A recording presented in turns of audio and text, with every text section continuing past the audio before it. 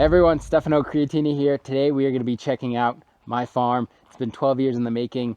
I spend a lot of time working at other people's farms, not being able to get my own place, and we've finally been able to do it. A lot of cool features on this farm. Hope you guys get a lot of value out of this place and what I'm going to be doing with it. It's going to match a lot of the farms that we've already seen. Looking forward to showing you guys. Let's go. So we're going to check out the dairy barn. This is a pretty cool old shed. I didn't think we were going to use it at first, but then I decided to get a crazy idea and get 3 dairy cows, which will like produce 8 gallons to 10 gallons a day for us. So we're gonna have to figure out how to make cheese. So a lot of different cool elements already built into the homestead that I don't have to add. Let's go check this out.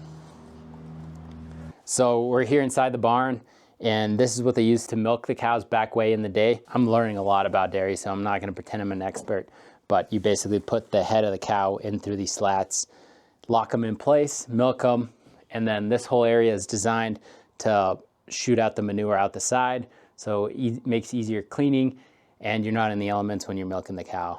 Part of adding fertility to the garden is putting all our waste back into use. So I've been creating just a simple 2-bin compost pile, and I'll fill my kitchen residues, any extra materials, put them in here. I got from the neighbor and in a trade this old straw. So I mix it with straw, and then you can see I'm starting to make my first compost pile over there. It's heating up. Just applying this, the compost takes about a month to do, and then I can add it to my garden. The first infrastructure project that I did is this garden. Let's take a look. So I made an entire video on how I built all of this, and since I made that video, the growth has been crazy. We have things coming up everywhere. I have corn, squash, but as far as the rows, I made 10 rows of 50 feet each.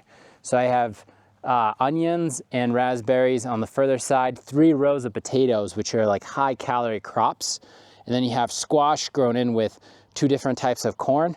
And you can see the height difference. So this is a shorter corn, and then in the back, you know, they say knee high by 4th of July. We're like nipple high by 4th of July. It's been fantastic. I added just organic chicken manure that was partially composted into this. Everything picks up. So I got the corn, and some of these I tried what's called the 3 sisters, where you grow beans in between and they rise up the corn. Then the squash takes over, which you're starting to see the squash is taking over now.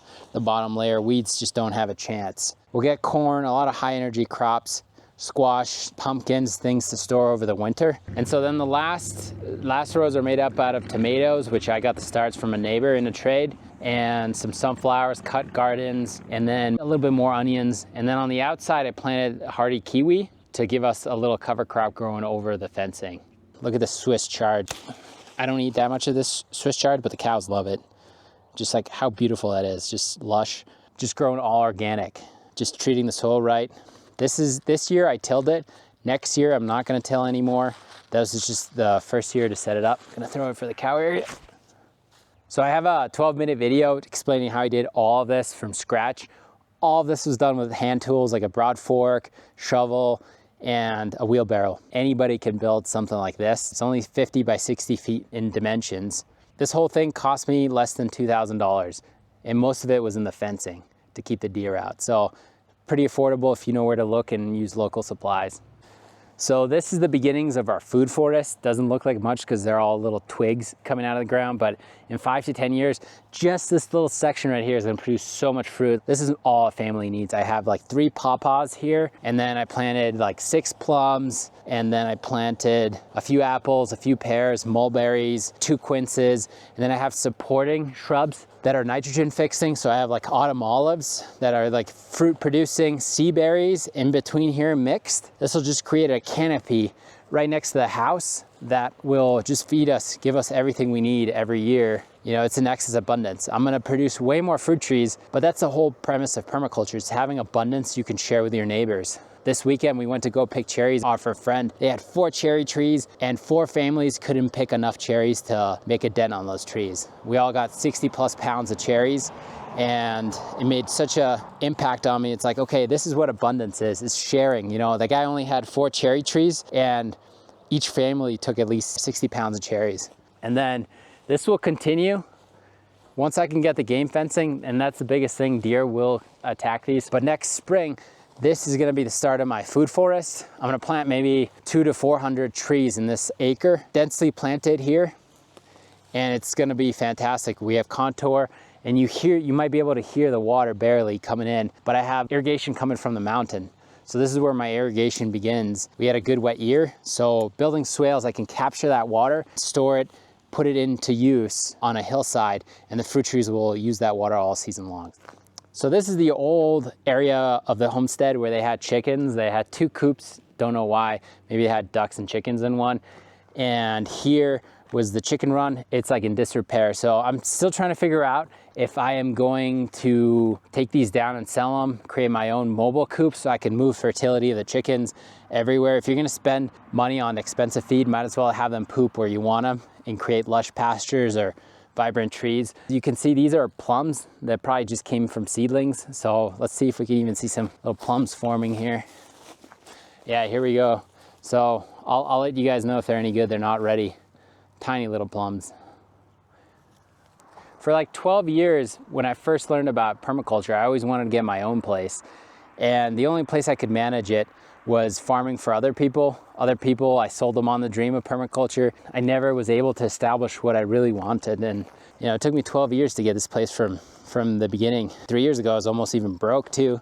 So, it took a while, but I was able to start a business and help me get started with this. So right now the farm has pretty much been abandoned for like 10 plus years. Really, there hasn't been much production on this entire farm. And we have weeds coming out, like knapweed coming in. And once it gets so big, the cows will not eat it. It's super important on the management of all this. Like I need animals to clear this up so you're not spraying chemicals to deal with this.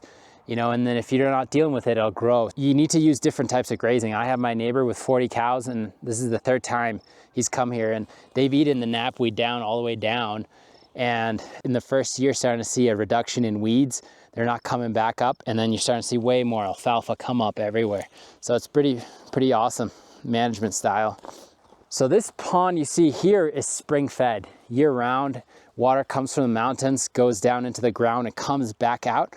Just happens so on my property. I have maybe 10, 15 different springs coming throughout this whole area. And let's just show you how abundant these springs are. This is the biggest spring right now on the farm, and we're probably getting like 60 gallons per minute. And in a high desert environment, this is like priceless. This water's coming out of the ground, cleaned up by Mother Nature. It's pristine, and it's tasty.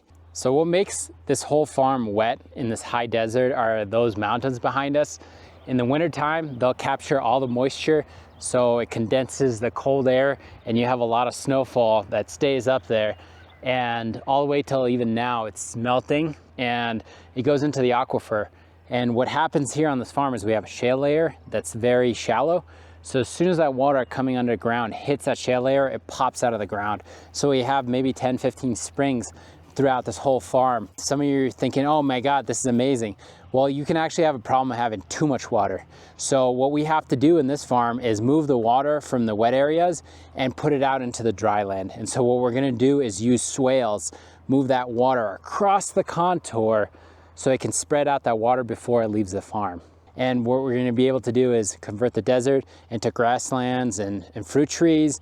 And then the wet areas will hopefully get able to drop the water table so it's not just all wet areas. We'll still have a few wet areas, like right here in front of me, you have cattails. Like this is just a swamp. When you walk in here, it's just, there's water this deep throughout this whole area. And that's because the springs are coming out through the hillside. So you can actually channel some of this water, you can keep some of this. And what's cool is we can actually, in some areas, I dug down and their water table is only 3-4 feet high. So you can grow a lot of things without having to irrigate. This is subsurface irrigated. Over here in this area, we had a bunch of rainstorms, and this is a natural drainage, and everybody sent their irrigation water down. It's almost over flooding, pushing out this culvert.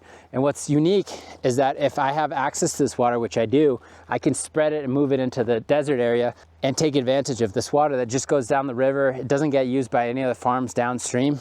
So over here, this is water coming down from the drainage. Over the last few days, we had a crazy amount of rainstorms, thunderstorms, a lot of flooding. And people decided not to take their irrigation water because they didn't want to plug up all their ditches. So they just sent it down the drainage, and it caused massive flooding into my property. And so this is one of the things I'm trying to fix is if we can move this water, spread it out, we can capture all the silt. So we can move it around. That's fertility that people are sending me. Thank you if you're out there watching. And so instead of being a flooded wetlands over here, we can spread it, have multiple ponds, slow this water down before it leaves. So this farm is composed of wet areas and dry areas. So this is what happens in this area. There's no water around here, so we have desert. My whole goal is to move water around so areas that are really not productive start producing. So I had cows periodically come over the winter, and in this area, they obviously gave me a little pie. And what you'll notice is we just had a rainstorm.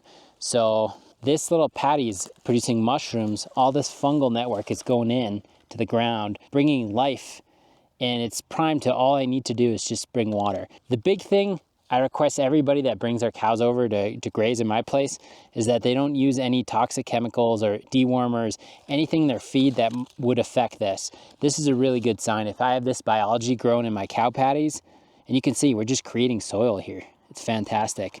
So as soon as I can add water into this environment, everything you're gonna see here explode. There's a lot of fertility already built, ready to go at a moment's notice.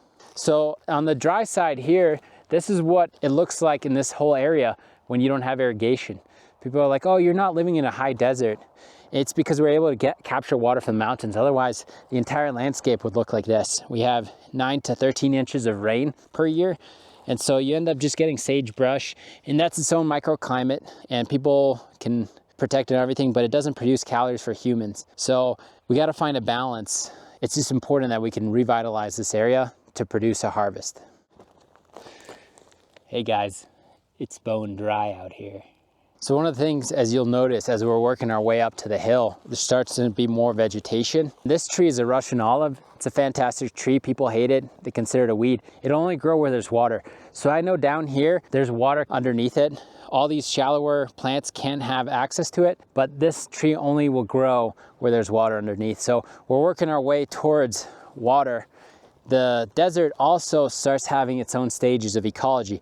Where we first saw is like what it looks like at first, but then you start working your way and you start getting into all these different brushes and scrubs, and then it leads into sagebrush, and then it becomes its own climate. It just doesn't produce food for us. So that's why I'm gonna work on moving that water over here. One of the things you can see here is we're walking to essentially an oasis. We're coming from the desert area, and this place has some berm built into it, and so it's acting as a swale, and there's moisture coming in. So as the spring comes out, all of a sudden we're starting to get willows. And then we have a giant pear tree and then an apple tree. And all these things are creating abundance here. This is the future of what our farm is gonna look like. Once we can move the water, we're gonna have pear trees, we're gonna have willows, we're gonna have all this abundance. There's so many uses you can get out of willows, so many uses out of the pear tree. And then not only that, because it is a homestead, I'm gonna grow trees for firewood. So much abundance that right now it just isn't realized. This is a prime example of what one berm does when we have this massive rainstorm. It collects water. So we had massive rain about a week ago. You can see the ground is still wet from that. And it's able to hold and penetrate to where it allowed these fruit trees. Look how many apples we have producing here. Crazy amount of apples just among these 3-4 trees, all because of this one swale. Look at this grass. We're in the middle of nowhere. No one's irrigating out here, yet it's able to collect all that water. The cows can eat off of it. The willows are so abundant. It's a little oasis in the desert. And here you can just see the water percolating out of the hillside. So you can see the vision, the potential we have here. All it just requires is work. And this is what we're gonna have here soon. So we're at my friend's house. He built some swales. I wanna show you guys, this is what my farm is gonna have here shortly. The water is coming down the slope, hits this berm, so it can't keep going down, and then it spreads out evenly through the land. So if you do this, you could move water thousands of feet, and then it has time to soak into the ground and slowly infiltrate. So this is the magic of swales in a high desert. And the unique thing about a swale is as the water percolates down in the ground, it creates a storage underground of water. So if you plant your fruit trees on this side, they will have access to that. So you're drought proofing your farm as well as spreading out the water. It's a beautiful system in the appropriate place. So our whole mission on this farm is to take ground like this and make it look like this. We have the potential, we have the water. Out there, those trees you can see, those are fully loaded fruit trees. And there's a swale up there that catches moisture coming down the hill. This is a natural swale, and you can just see the abundance that comes. We have the water, we have the potential, we just need time. So these are my 3 dairy cows. I am a beginner dairyman, so we're gonna learn a lot. 2 of them are Jerseys and 1 is a half Jersey, the little one. And so I'm learning with these cows, they're learning from me. They haven't given birth yet, so I'm about a year out from actually getting milk from any of them. But what I visualize having this system, and the reason I got dairy cows, is because not only can they feed me with the milk, but I can get value-added products like cheese, and I can store that. We can do yogurt, which I love to make. The fertility they bring onto the farm just adds much more abundance. So it's a multi-step benefiting system. If you have grass, you have to have cows. Like, we can't eat this grass and get fat from it. It'd probably make me sick. And without cows, this just gets overgrown and then we're filled with weeds. So it's super important to have livestock in your system to mimic what the buffalo did back in the days. And we benefit from it. I don't have to worry about the quality of my food. I know where my animals come from. This one here is Nutmeg. She's the first cow I got. She's also my friendliest, so that's why I want to keep her. But she probably won't produce as much milk as those 2. Those 2 cows, I can get 3 to 4 gallons per day when they're in peak production. But I'm gonna calf share, so probably realistically closer to 2 gallons per day on each one of those. And this one, maybe half of that. There's a lot of work I have to do with these cows. I'm learning every day how to take care of these animals. I'm looking forward to the day where I have these cows in production and I have pigs I can give the whey after I've made the cheese. And then the pigs, you know, it's like the most beautiful thing. You have salami with cheese, you know, it's like the perfect homesteading system. Like, I could survive off that. I don't know who couldn't. So one of the things, these cows too are gonna save me a ton of money. You know, I have a young family and we all drink milk and milk products, and the value I'm gonna get from them just harvesting this grass that for me right now, I can't do anything with. Most of these fields I can't do hay with. What I'm guessing is everybody's wondering how I was able to pay for all of this. In Colorado, land is super expensive, and the technique I used is subdivision. So I'm subdividing this 36 acres into the main farm for 20 acres that I'm gonna keep, and then what we're standing on is 8 acres that's gonna be subdivided, and then the 7 acres of hay field is gonna get subdivided as well. And between selling those 2, it'll bring down my mortgage to almost nothing. So I'm able to afford this farm where I normally couldn't afford a farm like this. Baby boomers have brought up the value of real estate. It's been super competitive. You know, I can't compete with someone that's about to retire and has their life savings that they can outbid me, which is kind of what happened here. The first 2 people to go under contract with this farm were California baby boomers that all brought cash offers. And there's no way I was gonna compete with that. The only advantage I had is that these people didn't want to do the hard work of bringing this farm around, turning all these buildings back. And I was looking forward to that. So they're like, no, I just want my retirement. And I was like, no, I want my life. One of the most unexpected things as someone coming from a city and getting adjusted to a change is how friendly people are out here. Everybody knows how hard and struggle it is to make money from farming, to have this lifestyle, to be able to afford it now. And so you can see my neighbor's cows. Everybody here is so friendly. Everybody helps me. I don't have all the equipment yet, but I have neighbors. They'll just get in their truck with their livestock trailer and help me move. Like, that's how I got these cows out here. You know, we all just watch each other's backs, and we're able to thrive in this rural environment. Community is so important, and that's like the #1 aspect I see homesteaders miss out on. People are like, oh, you can buy this many acres for this amount of that. But until you meet the community and you see that everybody's in it and everybody's there for your success, then it's not worth it to me. I mean, I've seen so many homesteaders where they move in, they got a great piece of land and they're just so alone. They have nobody around, nobody wants to help them. And that was the #1 thing. I spent 3 years from losing the last farm to find a place where I really felt like I belonged and where I could grow my family and be part of something magical. A good community creates happiness. Hope you guys enjoyed today's tour. Don't forget to like and subscribe, and we'll see you on the next one.